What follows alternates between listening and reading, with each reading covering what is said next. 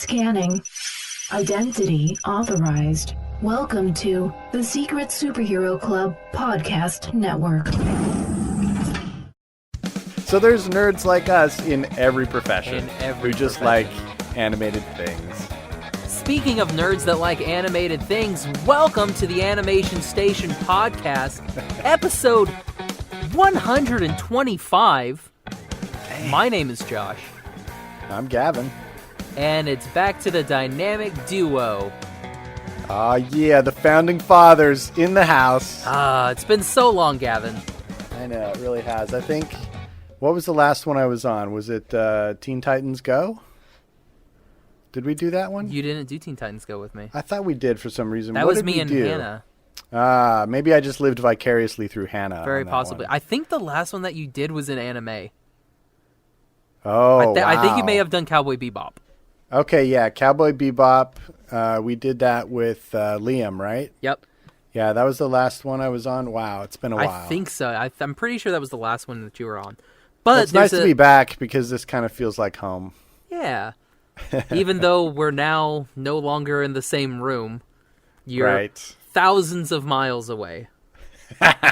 On the other side of the continent. I don't think it's thousands. I think it's less than 2,000 miles. Yeah, but it makes it sound cooler when I say you're thousands of miles away. True. It looks like I'm on Hoth and you're on Tatooine. That's what it looks like. Yeah, I agree. We have good backgrounds right now. Oh, man. But speaking of Cowboy Bebop, it does kind of play into it because Steve Bloom voices two of the trolls in Indeed. Boxtrolls. Indeed. Which, by the way, voice we're cast talking is Boxtrolls crazy. today for our fourth episode in Spooktober. Here comes Spookums. So, and thanks again to Garut Newt for the cutest little Spookums that she made for us. Yeah, Super indeed. adorable. I think it is adorable. I'm glad that you're keeping Spooktober alive, even though I'm not there to push you towards Halloweendom. It was very hard. Like, you have no idea how hard it was to find stuff. We did the Supernatural episode with the Scooby-Doo Supernatural crossover. Yeah, That's how I saw hard that. it was to find stuff.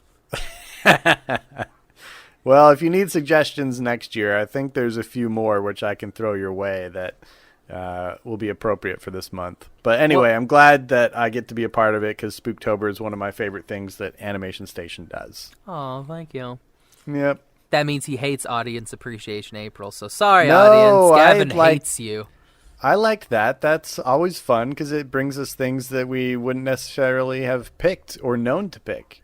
Mm-hmm. So yeah, I like April. I like all the themed months. They're always Right. fun. They're always so much fun. November is Naughty November.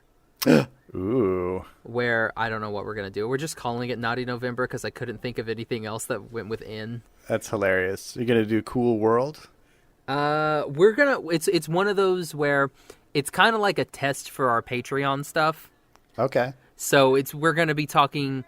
We'll talk about some animation, but it's going to be more, like the impacts of animation in popular culture. So like we're going to do a whole episode about toxic fandoms. Ooh. Because that is a big thing going on right now. So we're going to do a whole episode just on that. Okay. I like it. And then we're going to have Elijah and Monica from the Elijah Bailey Show on. Mm-hmm. So, well, not the Elijah Bailey Show. The Little Bit of Anime Show. Got it. So yeah, we'll have them on, and we're going to talk some fun stuff. Those are some really cool guys. And Very gal. cool. Monica's not a guy. But anyway, so this month... so first off, Gavin, any news you have? Not a whole lot of news. If listeners don't know, when I ditched Josh, I ditched him for another podcast. And so I'm a co-host on the Podcateers. And this month we are doing a little bit of fundraising for a charity event, which happens at the beginning of November called the Walk for Hope. And that is benefiting the City of Hope's cancer research efforts. So you can head over to podcateers.com and find out all about that. You'll see a link for our charity team, which is called Teamboat Willie, which is inspired by the famous first Mickey Mouse short, Steamboat Willie. But Teamboat Willie is our charity team, and we partake in a lot of charity events to try and make the world a better place, and so on and so forth. So this month we've got some items that we're auctioning off. All of my personal Inktober drawings this month, which shout out to Inktober. It's a fun event. All of the proceeds for that are going towards this benefit as well. Other than that, I'm just chilling in SoCal, man. Going to Disneyland as often as I can. I saw a thing. Your wife sent me a nice little thing. It was like, hey, did you know you can buy Disneyland tickets with your Target Red card? And I was like, are you freaking serious? I could have been getting 15% off of Disneyland tickets at an already discounted price. I didn't know that either. Yeah, it pays to research discounts, because even expensive things like Disneyland tickets, you can find discounts for.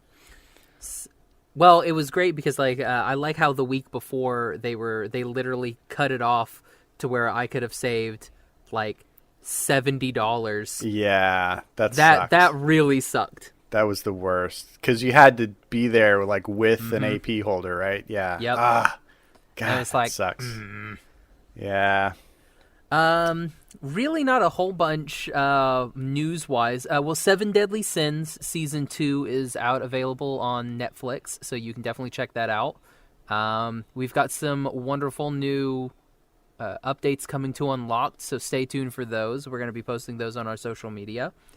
2 wonderful anime voice actors got engaged today. So Aww. Congrats to Brandon McInnes and J. Michael Tatum. So congrats Nice. you two. They got engaged in Paris. Oh, wow. And I'm like, dang, good job, fantastic. boys. I'm like, that's good. I was like, Well done, you. I'm like, man, I wish I could get engaged in Paris. Right? Yeah. Oh, well. Other than that, I mean, not a whole lot that's really come out, really. There's not been a lot of news. I guess we didn't really talk about last episode, the live-action Aladdin trailer that dropped. Oh, yeah. Or teaser that dropped. Apparently there's some hubbub from the guy who wrote the first Aladdin, like Disney's Aladdin. He's not credited in this live-action remake. Should he be? I don't think so. But he's upset that he's not. I mean, I guess if they're using his exact story, and did he write the script for it? I don't know. It just said that he wrote it. Because that was what the article said. But at the same time, I'm like, well, did you give credit to the guy who wrote 1001 Arabian Tales? Did you give him credit for that one? That's hard because it's anonymous, right? Exactly. But you could have said based on, but I don't think it ever says based on.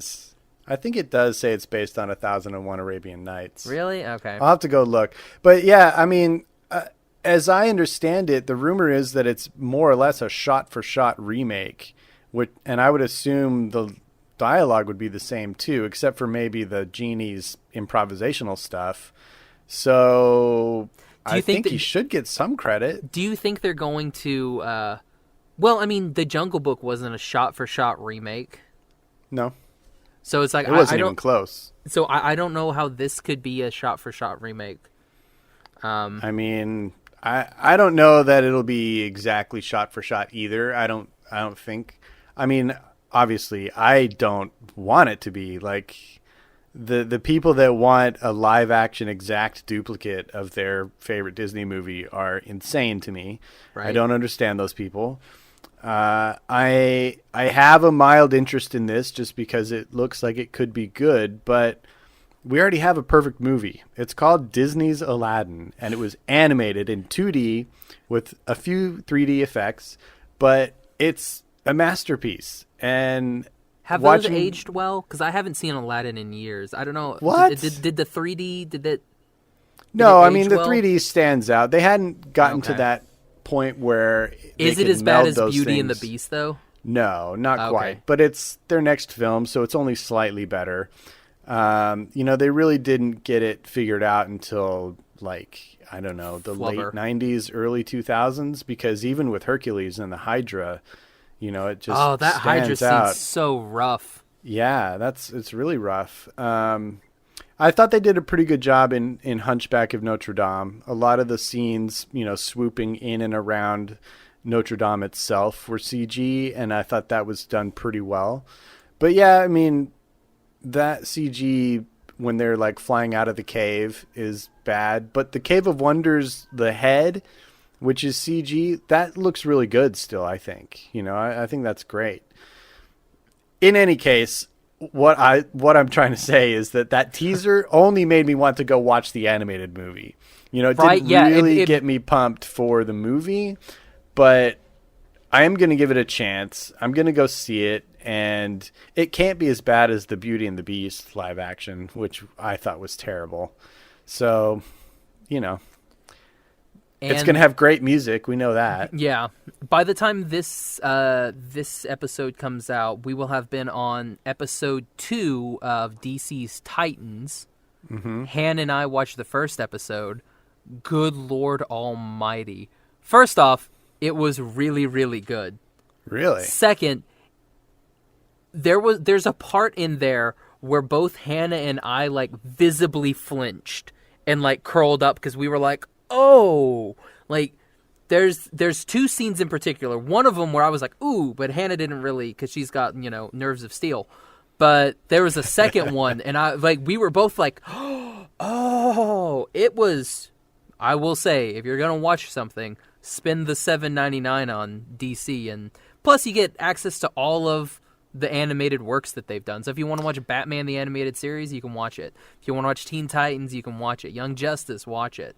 All of the new stuff that's coming out, like the new Harley Quinn show that's coming out starring Kaylee Kuko from Big Bang Theory. Because I guess she needs something now that show's ending. Is that finally ending after 24 I think it's the last seasons? season.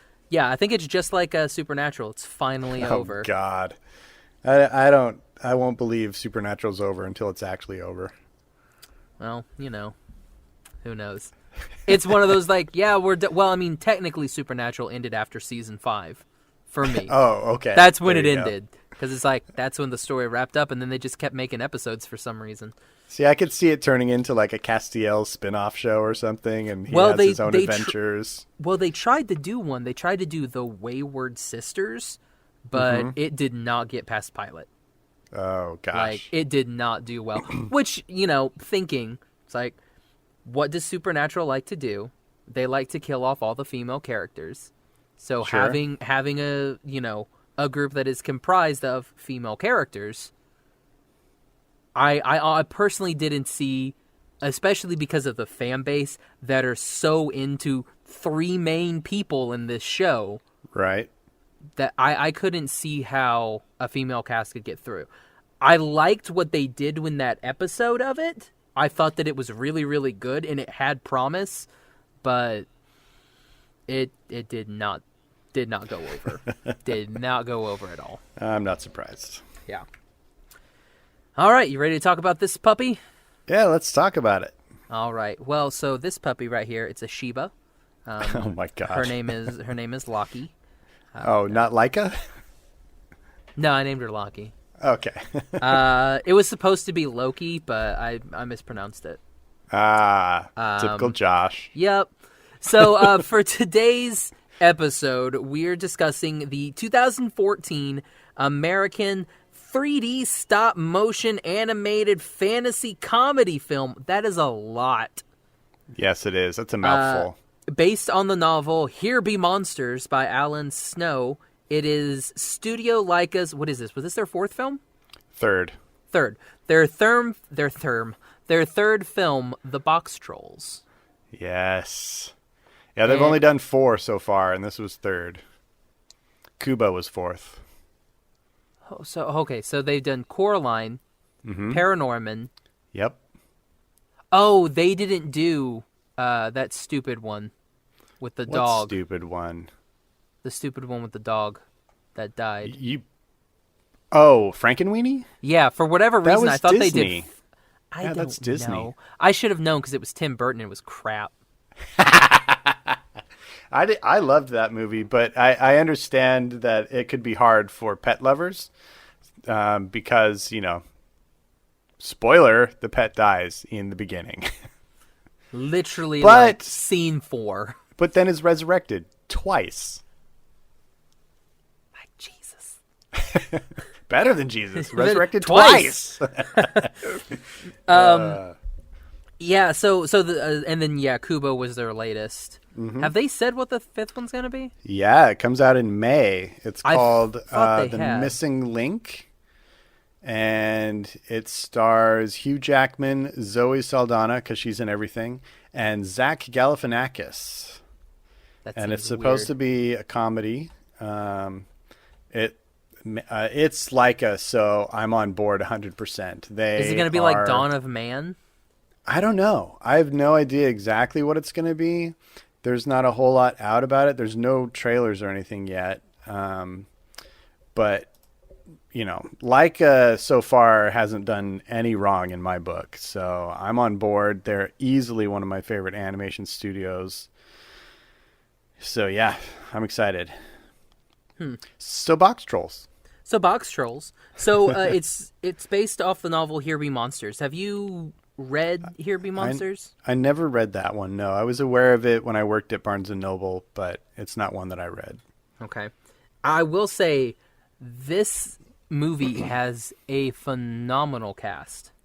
Oh, heck yeah. Like, it is ridiculously good. So first off, we have my boy, Bran Stark from Game of Thrones, Mr. Isaac Hempstead Wright, as the voice of Eggs. Mm-hmm. Then we've got Ben Kingsley, Elle Fanning. Ben Kingsley's phenomenal. Yeah, he more or less kind of steals the show, I think. Well, it's one of those where it's like, I didn't know it was Ben Kingsley. Like, when I first watched it, did we watch it together or did I just watch it? Because I know you let me borrow it. We did watch it together, but I can't remember.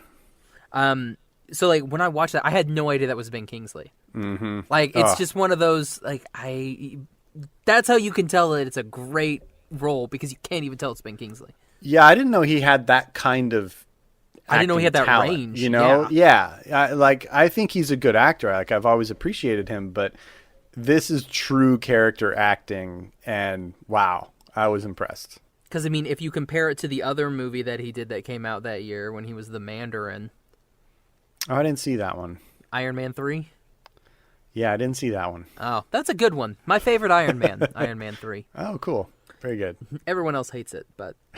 That's why Josh likes it. Exactly. Elle Fanning, D. Bradley Baker. Elle Fanning is Minnie? No. Winnie. D. Bradley Baker. Stephen Bloom, who... wonderful Spike Spiegel from Cowboy Bebop. Mm-hmm. Toni Collette, Jared Harris, Nick Frost, Richard Ayoade, Tracy Morgan, and Simon Pegg. Yep. So it's got a really good, and it was fantastic. It was nominated for Best Animated Feature. Yep. So I mean, it was such a good show. I mean, it's like, I mean, well, let's not spoil it. Let's not spoil what Josh thinks about the movie.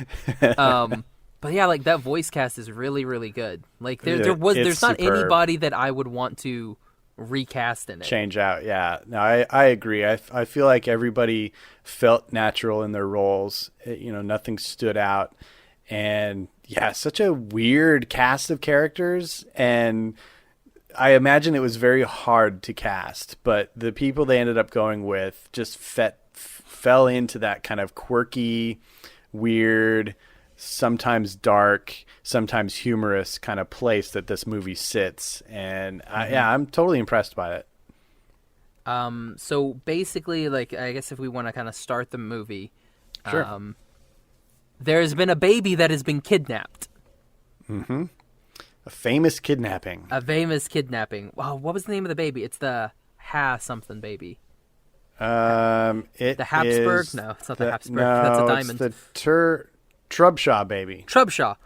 Yeah. So there's this baby that has been missed. It's been stolen by these trolls, and according to Snatcher. So they go out and they're like, we're going to capture all these all these trolls, and we're going to kill them. And that's how we're going to be, whatever. Because what does he want? He wants to get cheese. He wants to get a white hat, which puts him on the town council of Cheesebridge, which, as we learn in one of the early scenes, all the town council meetings are basically just a giant cheese tasting. And all these cheese-obsessed men of upstandingness and taste and whatnot, taste and smell their stinky cheeses and whatnot, and don't get any town business done. And he wants to be a part of that because he's a cheese lover. Which Hilariously, is great. He's lactose intolerant. Yes, hilariously, he's severely lactose intolerant, which we learn later. One could say dangerously lactose intolerant. He has probably a fatal attraction here, and that leads to some of the most hilarious stop-motion animation I've ever seen, which is when he starts to react to the cheese. I think it's fantastic that they did what they did there with creating his reaction. Well, you know me. I'm not a fan of, fart and poop jokes. Right. Which they didn't really do fart and poop here. No, but there's a lot of noises and everything. Well, you have to understand that his innards are being attacked at that time, and so you do hear some of those gurglings. But, Which to me, I'm just like, that is gross. It is disgusting. Of course it's gross. It's meant to be gross. But we find out that there is a young boy living amongst these trolls down in the sewers. And he is a very bright boy, and they put him in a box. Since all of the trolls, they're called Boxtrolls because they have boxes. I thought that was really, really cool. That's one of the coolest parts of this movie to me. The fact that they all have, all of their names are based off of the boxes that they wear. Like eggs, his is an egg box. Right. You've got fish, box that has a fish on it. And I love the way they communicate, too. Yeah. Just with the little pop-ups, patting themselves and, making noises. Almost a sign language type thing, but it's definitely a language that humans aren't supposed to understand. Exactly. Yeah, I thought they did a great job creating their kind of culture. And it's like a lot of times when they speak, it's like you can almost hear words, but you can kind of tell what they're getting at based on their, the inflection of their voice, and then, like you said, their hand movements, and they tap on their chests when they're laughing or happy, and it's really kind of cute the way that they communicate that way. And it's really cool that it also seems like this is something that's real. They did a really good job of making you feel like this is an actual language. This could be something. Right. It didn't feel kind of just silly and off the wall, let's say, the Minions from the Despicable Me franchise, right? Yeah. Which at first you're like, oh, adorable, they're kooky and they'd speak nonsense. But then after about 20 minutes, you're like, if one more Minion speaks, I'm going to throw my remote control through the television. Or if you're in the theater, I'm going to throw this child through the screen. Don't sit your children next to Josh in movie theaters. It can be dangerous. Don't worry, guys. Josh would never go see a Minions movie. Well, there you go. That's why I didn't see the last two Despicable Me's, because I was like, I can't. I physically can't do it. You could probably do the third one because I feel like they backed it off a little bit in that one. The story's so much not around them. So anyway, we don't want to talk about that. We want to talk about the Boxtrolls. You want to talk about cool little things. Right. I want to go back to what you were talking about, the actual boxes. And I totally agree. I thought that was such a clever way to do that. And it's an easy way for the audience to instantly know everybody's name and who they're talking about and who they're looking for. And I also loved the way that they animated those boxes, including the sound effects, because you really felt like that was all cardboard and not crisp, brand new boxes, but cardboard after it kind of gets banged up and softened a little. They did it so well. I just felt like all the little flaps and the little, when they would suck their arms in and it would kind of rake against the edge of the box, all that sound effect work was just spectacular. So it added to that realism, like the language and everything around them did as well. There's a part where it's not fish. It's one of the other ones. I think it's shoe, maybe. Mm-hmm. When it gets like water on its box for a second, and he taps it one time, and it's like a muffled tap. Yeah. Like a wet box. It's really, really cool. I love that stuff. Like all these little extras things that they put in, I absolutely love little extras. Oh yeah. They paid super attention to the details in this movie from top to bottom. So every time I watch it, I see something new that I didn't see before. And that's a perfect example. What did you think about like the troll designs? I liked them. I thought they were perfectly in that middle row where if you wanted to believe that they were evil, they did kind of look nasty and mean. But if you knew what they really were, they were also adorable in their own way. Mm-hmm. And I thought that worked perfectly. They are kind of ugly and grotesque, but they're so loving and caring amongst each other that, you just kind of fall in love with them. They're just so... You root for them from the get-go, Yep. The audience is never fooled that they're evil, like never. The audience always knows that they're great, and you just have to watch the town catch up, and I like that. I thought that was a really cool perspective to take. Yeah, like for me, you know me, I usually don't like the monsters and everything like that. This movie is the complete opposite because I like the trolls way more than I like the Snatchers, Like, they are, like, the ugliest group of human beings I have ever seen. And half the people in the town, too. Like, nobody really looks normal. Yeah. Except they have very extreme features. Yeah, except for, like, Herbert and, Winnie and Eggs. They're, like, the three characters that actually look like real human beings. Right.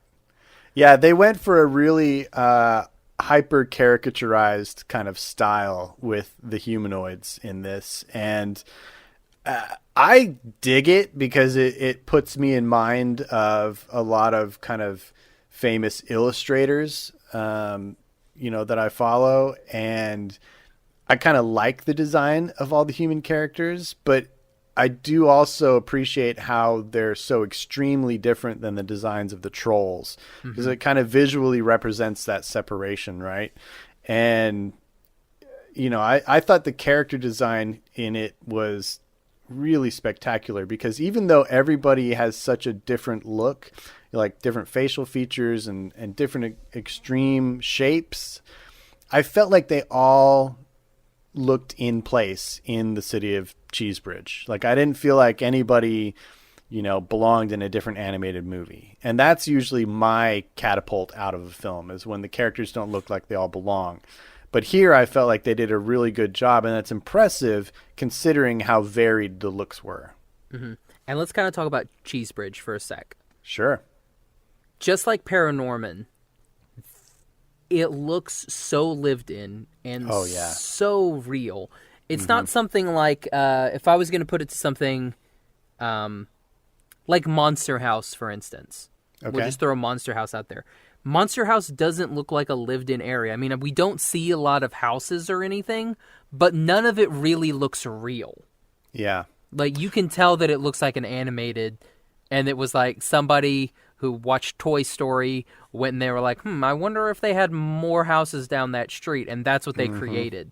Whereas, like, for Cheeseburg, you look at it and you're like, wow, there's so much stuff that's going on that you're never going to see.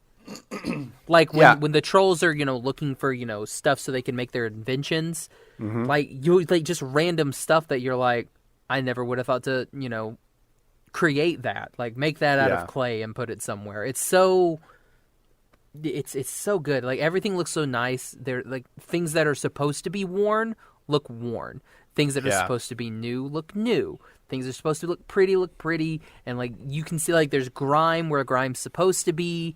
I just really like it when animators and everything take the time to do stuff like that. That's why I like anime so much, is because all of the details that these people put into what comes in their like what they're going to show on screen is just so freaking good, and they take so much time and pride in their work.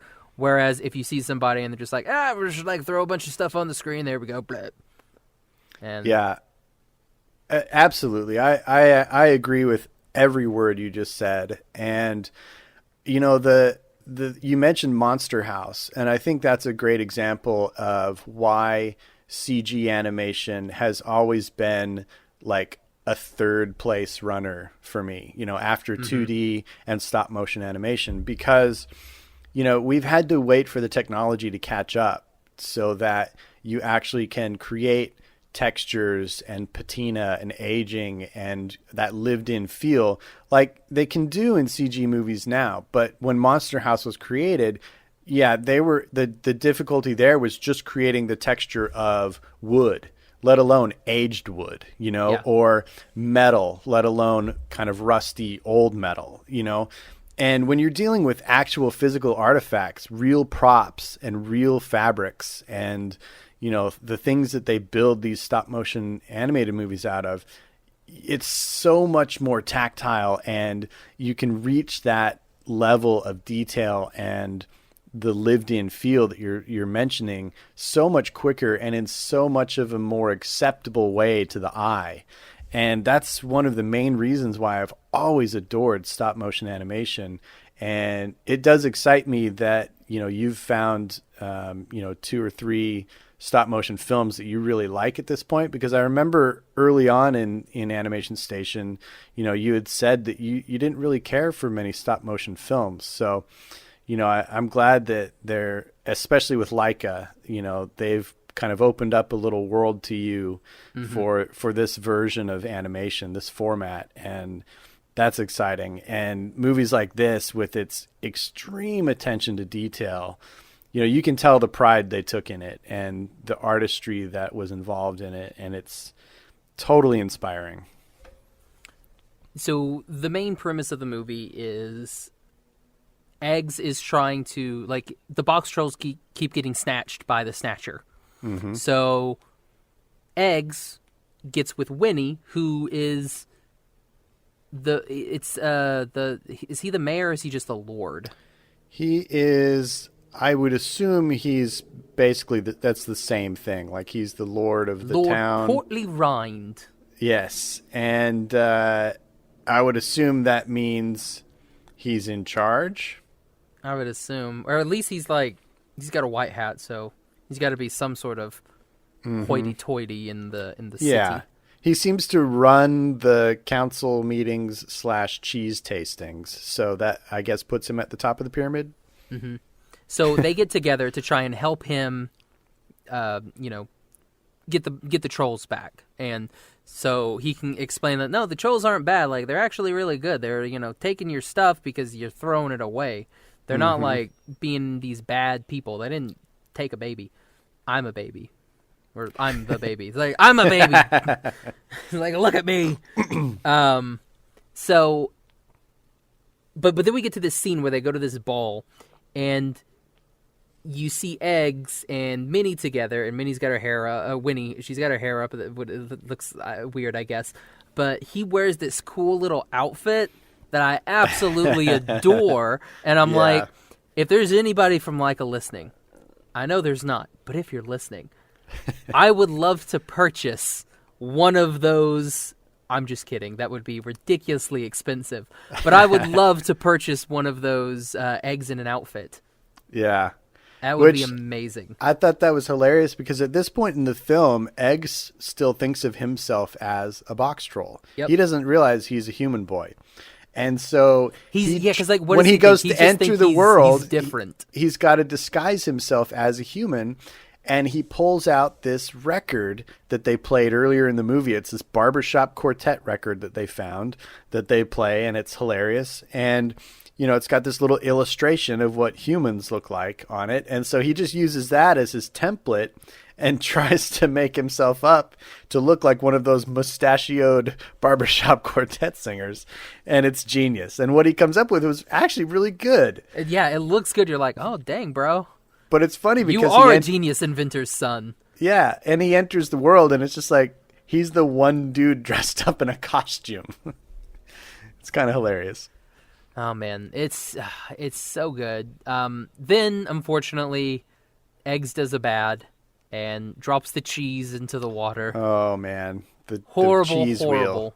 Mm-hmm. That's a big wheel of cheese too. Yeah. So again, the council, in their almighty wisdom, decides not to build a children's hospital and instead spends it on the world's largest wheel of brie cheese. Fail. I mean, have you had brie? It's nice and silky and goes really good with if you have a nice baguette with some warm turkey and some spinach and like a spicy mustard. Delish.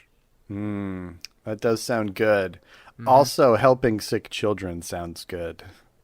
But can you get a sandwich? At the hospital cafeteria, I'm sure you could get a sandwich. All right, then yeah, help kids.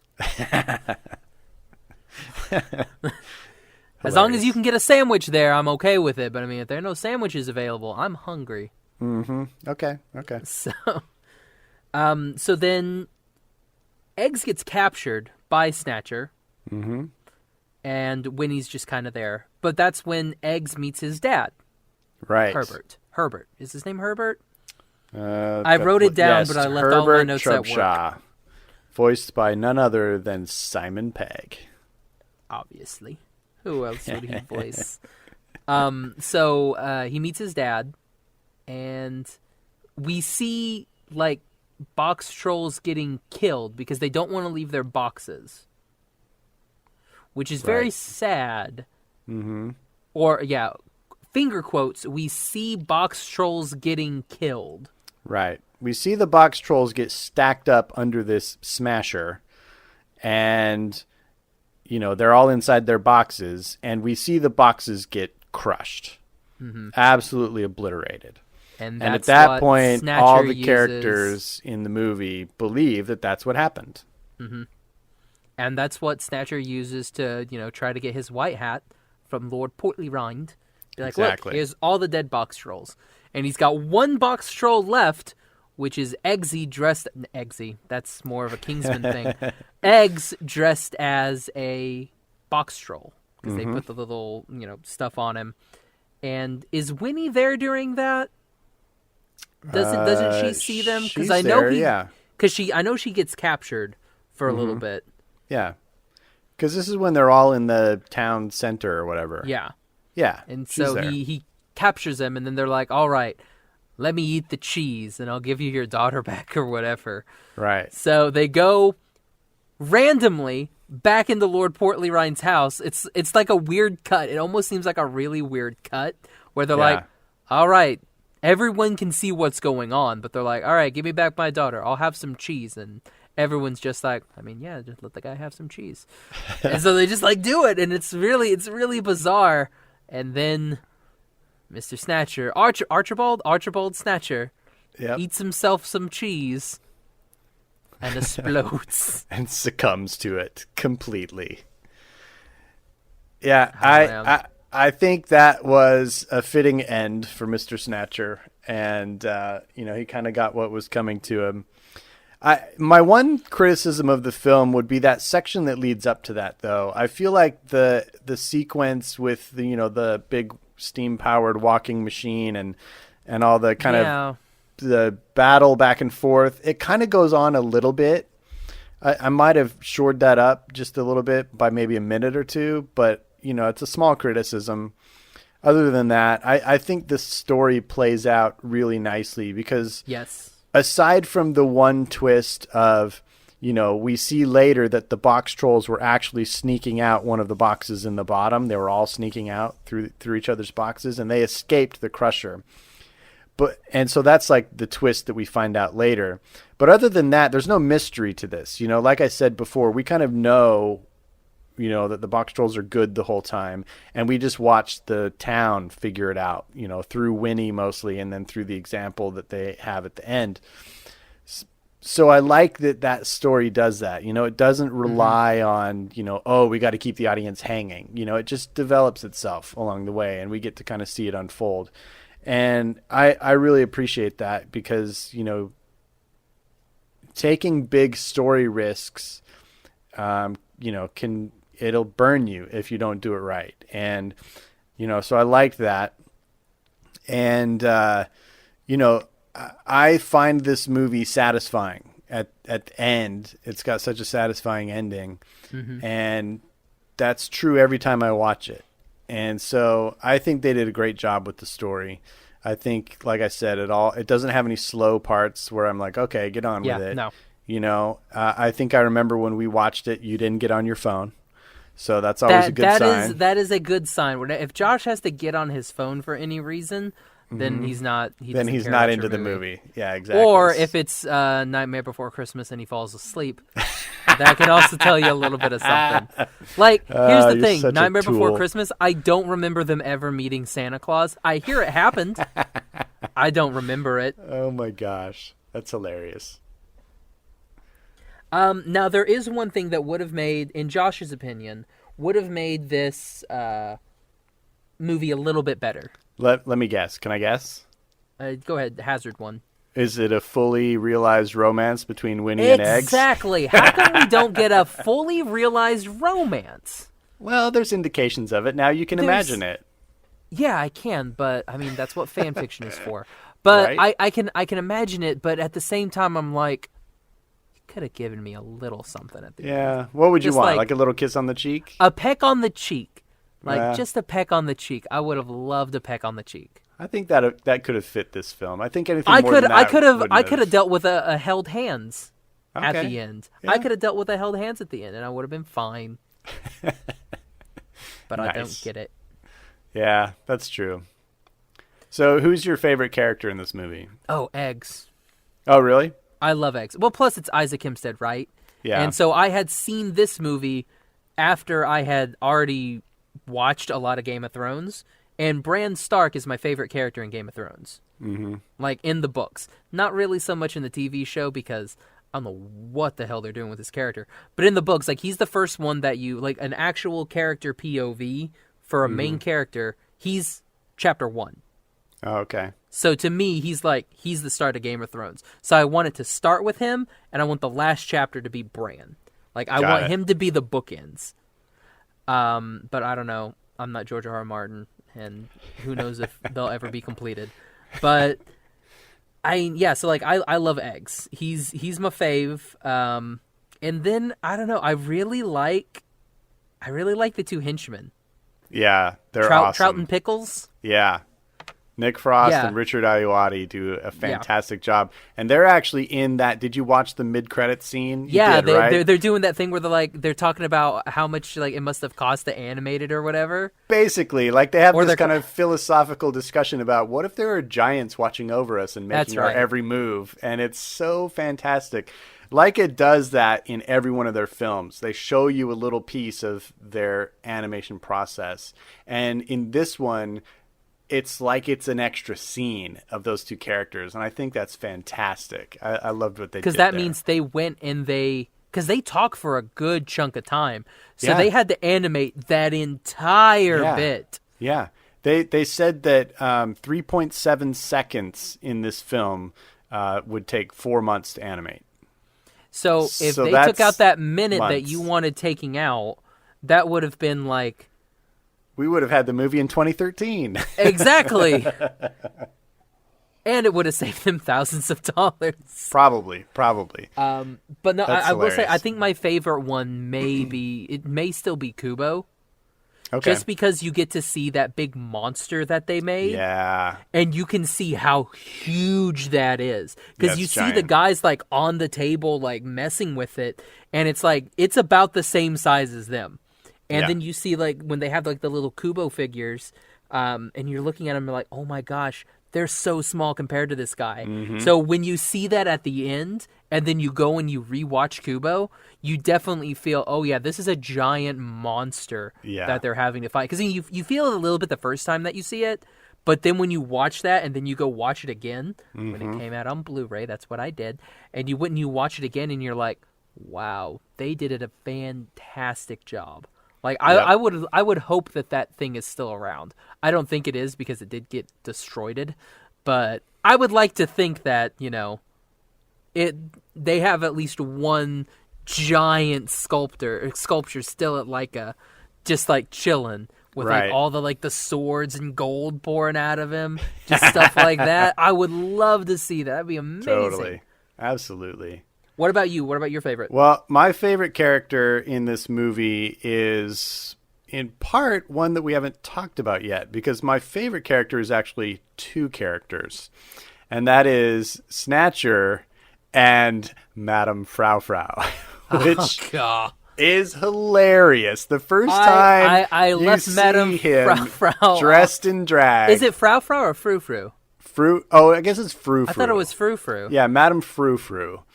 And man, the first time you see him dressed in drag and doing his little show, it cracks me up, man. And the fact that he's got all of those guys just like swooning over him. And at the end, the Lord is like, oh, I regret so many things when he realizes it finally. Mm-hmm. It's so hilarious. They had some really adult jokes in this, which I thought was great.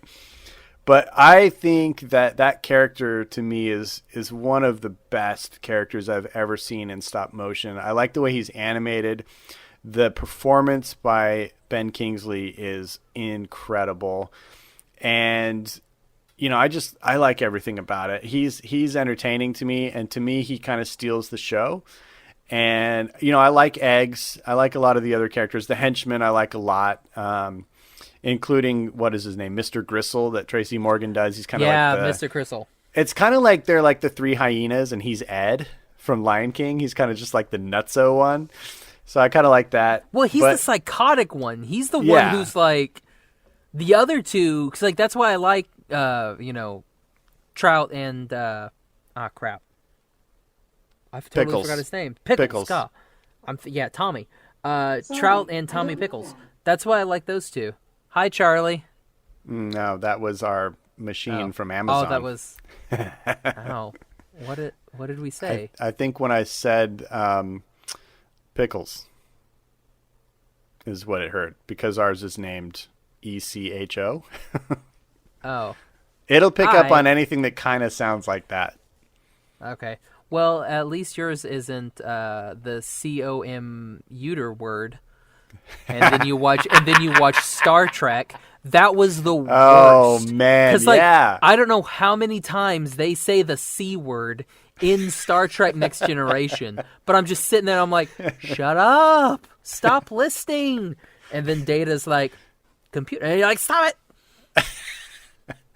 Hilarious. Especially freaking Patrick Stewart. You know how many times he says computer in one episode? Like 7. That's all he does. Stop listening. There it goes. Yep. I heard it. Whatever. Yeah. That's great. All right. So can we talk about the backgrounds and sets for a second? We talked about the backgrounds and sets. Well, we talked about the finishes and how it kind of looks overall. But I want to talk about the design of Cheesebridge, which is this insanely steep hill that this town is built on. And all of the buildings and streets are on crazy angles. I just love exploring this town, and I feel like they go all over. They go along the rooftops, they go into the sewers, they go around all these twisty alleyways and streets. I just think they did such a thorough, amazing job creating this world.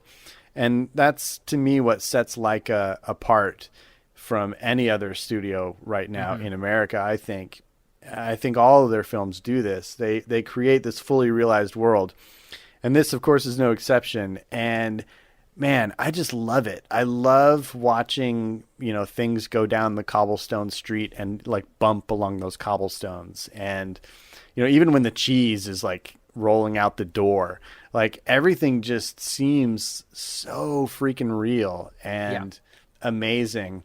I just thought they did a great job with the town itself. And then all of the interiors, when we're in actual buildings, all of those scenes, if you look in every corner of your screen, you're going to see lush, rich, lived in detail, like we've mentioned before. And man, it is so freaking cool. And I notice things every time I watch it that I never noticed before. So, and you know what we've kind of talked about. Sorry to interrupt, but Oh, we're you're talking good. a lot about the surface. We're not talking about underground. Yeah, yeah. And that whole world that they built for themselves underground is really neat too. Like, it's got a totally different feel, obviously, because it's like this hole that's been dug out in the middle of the sewer system, really. And they've got all these like cardboard slides and chutes that kind of, get them all back to their hub quickly. And I love that scene when you see like 2 or 3 of them drop into this cardboard slide, and then along the way they're passing like on ramps, and other trolls are dropping in, and it turns into this huge pack of trolls sliding into their home base. And they come out onto little conveyor belts and little box slides, and it's fantastic. And then they all have their own little nooks and crannies that they go to in the cave. And actually, one of the most touching things is how they sleep at night. I thought that was so adorable, how they all just kind of stack themselves into one big cube of boxes, all cuddled up together. I thought that was so adorable. Well, like it's one of those. It's the same thing where it looks so lived in and so real. You can see all of like the inventions and everything that they've made. Everything looks like it works, and everything has a specific function. And it's one of those where you're like, yeah, they've been doing this for years and years and years. This is the same thing that's been working for years and years. They have like where they can get water. They have where they can get food. They have all of this really cool stuff, and you're looking at it and you're like, this looks like a real place. It looks absolutely real and lived in. And yeah, like what you said, when they stack themselves at night, and especially when Eggs is a little baby, they put him up on top. Yeah. It's adorable. It's like, he's the littlest box, so you put the littlest box on top. Yep. It's totally sweet. Yeah, so I thought all the set design in this was just spectacular. I still feel like on that level it's their best film. I really loved what they did in Kubo, but Kubo was a lot more large kind of panoramic landscapes, and you didn't have a lot of that up close detail like you do in this movie. So I think the set design in this is their best. But yeah, I love it. I can't say enough good things about it. Did you by any chance notice the music at all? You know me, I barely pay attention to that stuff. I noticed when there's like the chase and stuff like that. You get a little bit of that, but the score is really good. It just kind of sits there and does its thing. Serves its purpose. The music was by Dario Marianelli, I think is how you say that, who I'm not familiar with, but I thought he did a great job. The funny thing is the song in the middle, the Boxtrolls song that Madame Frou Frou sings. The little kind of vaudeville song show that she does. And Eric Idle wrote that song. Eric Idle of Monty Python fame. Really? Yes, he wrote that song. I don't know how they got him to do it, but yeah, he wrote that song, which I think is great. Money, probably. Yeah, probably. Hey, we'll pay you. Okay. But, I'll do most anything for money, so yeah, I can understand that. So you didn't see this movie in the theater. I did, and I don't think it was a runaway smash hit, but it did almost double its budget. In animated films, it's not, a Titanic massive hit, but it made almost 110 million at the box office. Oh, I'm showing 109.3. Well, hold on. Let me pull mine up. I'm on Wiki. So that's that where may I not was be too. Oh no, you're right, 109. Okay. I'm dyslexic, so I placed my 9 on my 0. Which I mean, on a budget of 60 million and it made 190 million? Not bad at all. I'll take that. But it also took them like 7 years to make, something like that. So you can't, with movies like this, you do kind of have to weigh that against everything as well. But it was a success. Critically, it was acclaimed. Like, the critics loved it, and why wouldn't they? It's magic. So, how many stop motion things get nominated for Best Animated Feature in the Academy Awards? Not many, but in, what was it, 2010, two did. They went up against each other. That was The Corpse Bride and The Curse of the Were-Rabbit. And, so one good movie, and the other one was Corpse Bride. You didn't like Corpse Bride at all? Not really. It's too Halloween-y for Josh. It was the same thing as Nightmare. Don't eat like, what? It's the same thing, except Johnny Depp plays a piano, and that was the difference. Hilarious. You crack me up, Josh. And instead of them starting off dead, they're like, "How about we kill him halfway through the movie?" Anyway, not to get sidetracked, but you're right. Not a lot of stop-motion animated pictures get animated, but not a lot of them get made either because of that time frame. It just takes a lot longer to do. So I appreciate that there's a studio out there that is focused solely on this art form, and I'm glad that they're totally keeping it alive, along with Aardman Animation over in merry old England. I'm so grateful that those two studios are really, at the forefront of this medium and pushing it in new directions. So I can't wait, like I said, to see Missing Link, which comes out next May. And I will probably be there opening day. Nice. Yep. Let's see. So you said this. Did you say this was your favorite Laika? It is my favorite still. But it's close. It's really cutting hairs between Paranorman and also Kubo. Right? They're fantastic. I love Coraline as well, but they've progressed beyond that for me in their storytelling, in their animation techniques, and everything. And so Coraline is kind of further back, but those other three are really tightly matched against each other for me. But I feel like artistically this one kind of takes the cake, so I put this one on top. Yeah, it's one of those, like, I like Kubo, mainly because they were like, we're going to outdo Disney. We're going to take the parents, and instead of killing them once, we're going to kill them twice. That's what they did in Kubo. And so I give them mad props for that. And then Paranorman, I love Paranorman. Oh, yeah. I have one problem with Paranorman. What's that? Can you remember what it was? It should be easy knowing Josh. Yeah, what was it? I can't remember. He didn't get together with that cute little ghost girl. Oh, that's right. And that hurt Josh inside. It hurt Josh inside. Well, maybe one day when he dies and becomes a ghost, then he will. We can only hope. Epilogue. Paranorman died the next day, but he gets to go out with Ghost Girl. Well, it's one of those where it's like, there's weird stuff going on. She could have come back. That's true. Something could have happened. Exactly. But that's neither here nor there. Paranorman is awesome. Yeah, but this one, there's a little bit of a love story, and you can kind of see it a little bit.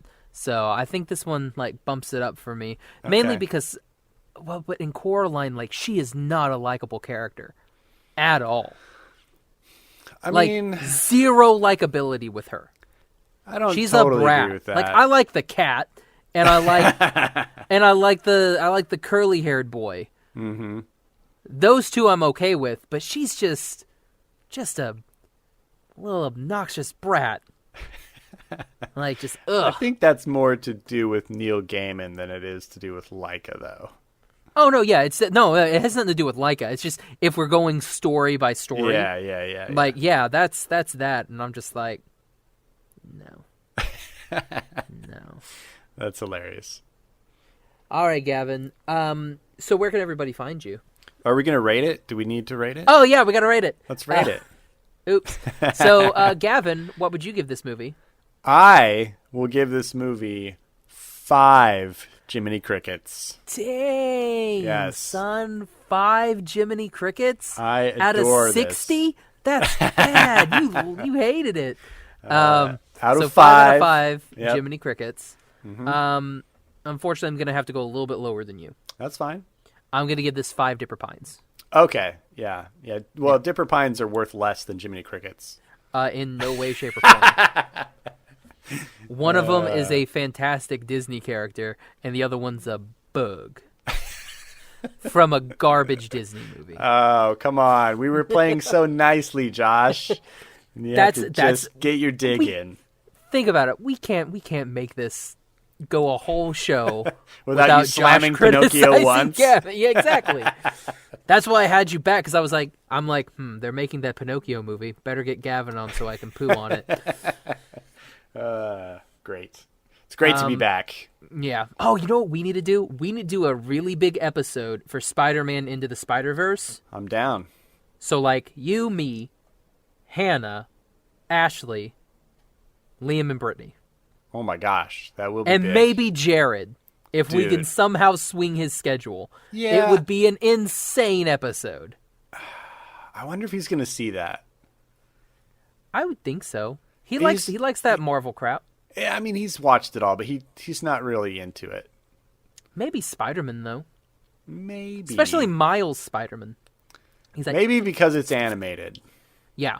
Oh, do you know who's in this? Who? John Mulaney. Nice. He's that, like, weird, like, spider pig thing. Oh, gosh. Yeah. Actually, is he one of the ones? Did Charlie tell you we're going to a comedy show? And I think it's him and I think it's John Mulaney. No, it's Bill Burr. It's Bill Burr and the other one, the Australian. Oh yeah, Jim Jeffries. Jim Jeffries. That's right. Okay. Or is he from New Zealand? No, I think he's Australian. Okay. Yeah. We don't want to make that mistake. They'll come after us. He's from somewhere in Oceania. Exactly. The Oceanic Flight 815. Wonderful. You don't get that reference, do you? No. Man. Oceanic Flight 850. That was lost. I figured. Yeah. What was I watching that they totally did I was watching Chuck. For whatever reason, I was watching Chuck and they made an Oceanic Flight 815 joke. And I was like, what the heck? Was this ABC? Was Chuck ABC? I don't know what either of those was on. Yeah, I don't know. I was watching Chuck because I wanted to get ready for Shazam. Ah. So I'm like, yeah. And Aquaman looks good. It looks so CG. It's going to be stupid. It's going to be so stupid, but I love it. That's hilarious. It looks better. Sorry, everybody. It looks better than Captain Marvel. No offense, but that doesn't look good. I haven't seen anything from and it's one like, I don't know why people should care. About your opinion? About my opinion, one, or about Captain Marvel. It's like, if she was so great, so special, why isn't she mentioned anywhere until this last movie? Like, at least Ant-Man, he's got some sort of a build-up. Well, I guess they don't necessarily have every movie in the future. Do they need a Jesus character? And like every episode, it devolves into Marvel bashing. Yay! Only because it's garbage. Sorry, no, but Spider-Man Into the Spider-Verse looks really, really good. It looks amazing, and I'm not a superhero guy at all, as you know, but that movie looks fan-freaking-tastic. Mm-hmm. All right, Gavin, so where can everybody find you? Everybody can find me on Instagram at Gavin Otteson Art and on the web at GavinOttesonArt.com. And I'm giving you a chance to promote here, bro. Oh, I don't do that often. I know. And if you want to listen to the podcast that I co-host out here in sunny Southern California called The Podcateers, you can find us on all the podcatching devices. Podcateers, that's Podketeers. You did one for Inktober that I really, really liked. I'm trying to remember which one it was. Oh, it was the cat. I think that cat was really cute. Yeah, that's winging its way to Seattle to our friend Christina. Nice. Oh, Sakura? Yep. Nice. I got a question. When you did this one, did you go back and erase the little bits for the orange in the fur? Or did you draw knowing that I'm going to put... This is going to be a little... Those were just left seated in place. Because I was awesome. Brushing ink, so there's no erasing. Okay, gotcha. Yeah. You need to start doing more stuff on your tablet. I agree. I have not had the time in the last month or so, but very soon. Things are in the works. Good. It better be. Oh, it is. And you can find me on Twitter and Instagram at Josh L. Kane. You can find the podcast on Instagram at Animation Station Podcast. Oh, gosh, it's been a while. I don't know. I'm going to put you on the spot. Which one did you say? Instagram? Instagram at Animation Station Podcast. Okay, on Twitter at Animate Podcast. On Facebook at Animation Station Podcast. On Tumblr, Animation Station Podcast. You can also find us on our website, animationstationpodcast.com, and you can find all of our episodes on iTunes. And Stitcher. Podbean. And Google Play. There we go. And if you'd like to shoot us an email, tell us how good we're doing or how bad we're doing, you can send it over to animationstationpodcast@gmail.com, or you can go to our website, which again is animationstationpodcast.com. You can go to the little contact section and, let us know there.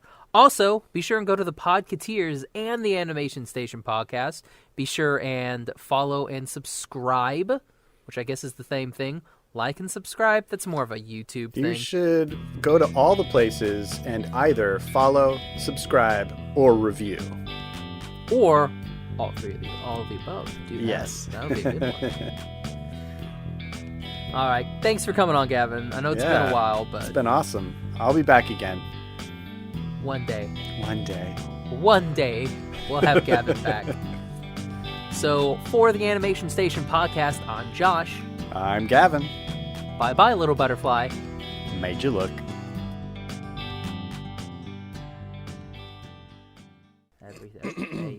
All right.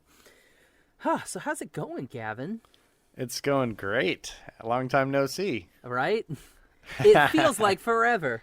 It does. How long was it since you've been out here? Because you came and stayed with us a few weeks ago. Beginning of September. Okay, so it's been quite a while. Been a month at least. Had I started working yet? You had just started, like the week before you just started Trader Joe's. That's right. Okay, so how's TJ's TJ's it's been a going? While.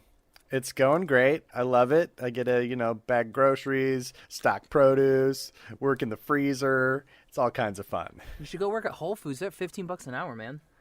So is Trader Joe's, dude. What? TJ's is $15? Well, it is here. I don't know what it is there. Damn. I'll just come work at Trader Joe's with Gavin. Sweet. Come on. We're always hiring. Damn. Yeah, it's cool. I'm enjoying it, and it allows me to do a lot of artwork when I'm home, and it gets me active and gets me a discount on groceries. I mean, it's pretty thing. Dope. Yeah.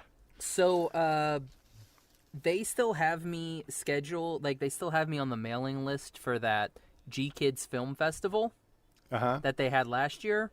Right. So the lady sent me a thing, and it was the director of the festival, and she was like, "Hey, was wondering if you had gotten any of our other emails, but here's all of your press stuff. We're going to be doing the interviews at the same place that we did last year."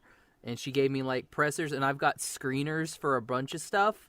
Wait, this is the one that's in New York, right? No, this is the one that's in LA. Oh, it's in LA. Yep. I thought it was in New York. Okay. No, and it's LA this week. Oh. Friday, Saturday, or technically Saturday and Sunday. So will I see you in 2 days? No. I was like, if you would have sent this to me back in September when the original stuff was sent out, I could have made my way out there and it would have been okay. But you can't do this to me the Monday before. So all of this really is just one more giant reason why Josh needs to move himself to Southern freaking California. Yeah. Come on, dude. Charlie and I were talking about that yesterday. when all of this started going down, I was like, I'm gonna call Charlie because I was just gonna leave a voicemail, and then she picked up because I guess she was on break or something. Okay. So we talked for 10 minutes, and I was like, oh my goodness gracious, you've already converted to the LA Dodgers? Oh, that's hilarious. No. Listeners, what you're not seeing is that I'm drinking out of a coffee mug, and it is an LA Dodgers coffee mug. This actually is the oldest coffee mug that I have. Oh, I thought you were going to say ever. It's the oldest coffee No. mug I ever. bought this as a souvenir when I was a young lad, probably about 7 or 8 years old, long before I began drinking coffee, but back when I played baseball and I read the biography of Oral Hershiser, and he was an LA Dodger, and he won the World Series back in the 80s. And yeah, that it's just a nostalgia mug for me. I don't even like baseball, but I think it's kind of fitting now that I live around LA. So I keep and you live like 40 miles from LA, so about 3 hours. That's true, but everything's 3 hours from LA, even if you live in LA. This is very true. Anyway, yeah, it's just my oldest, kind of most nostalgic coffee mug. Yeah. For the fact that it's been with me my whole life. Well, good friend of the show, Ezra Weiss, is a fan of the LA Dodgers. Oh, cool. And I think he's got super season tickets or What's something. That mean? Because he to practices too. He goes into he gets to go to special events and press boxes and has front row seats. So wow. I'm yeah, he's got some cool. sort of good hookup there. Very It's whenever cool. I see him post anything at the Dodgers, that's how I know if I'm going to be able to talk to him. Mm-hmm. So it's one of those. It's I wonder if I could talk to Ezra. I'll look at the Dodgers. I'll ask my Alexa if she can when do the Dodgers play, and if she's they play tonight at 7, I'm I'm not gonna be able to talk to Ezra. Well, there's only a possibility of a couple more weeks, and then the whole thing's over. So yeah, they're still in the playoffs right now, but only a couple more weeks. Yeah. And then Ezra will be free, as well as any other Dodgers you might want to interview. Maybe there's some that would be cool. Cartoon fans on the Dodgers. You never know. Well, I've still wanted to get Steven Adams because he's a big fan of anime, and I'm bro, Steven, come on over. We'll talk anime. Yeah, both of the Lopez brothers are huge Disney fans too, so they'll talk about any Disney stuff if you want. Who are the Lopez brothers?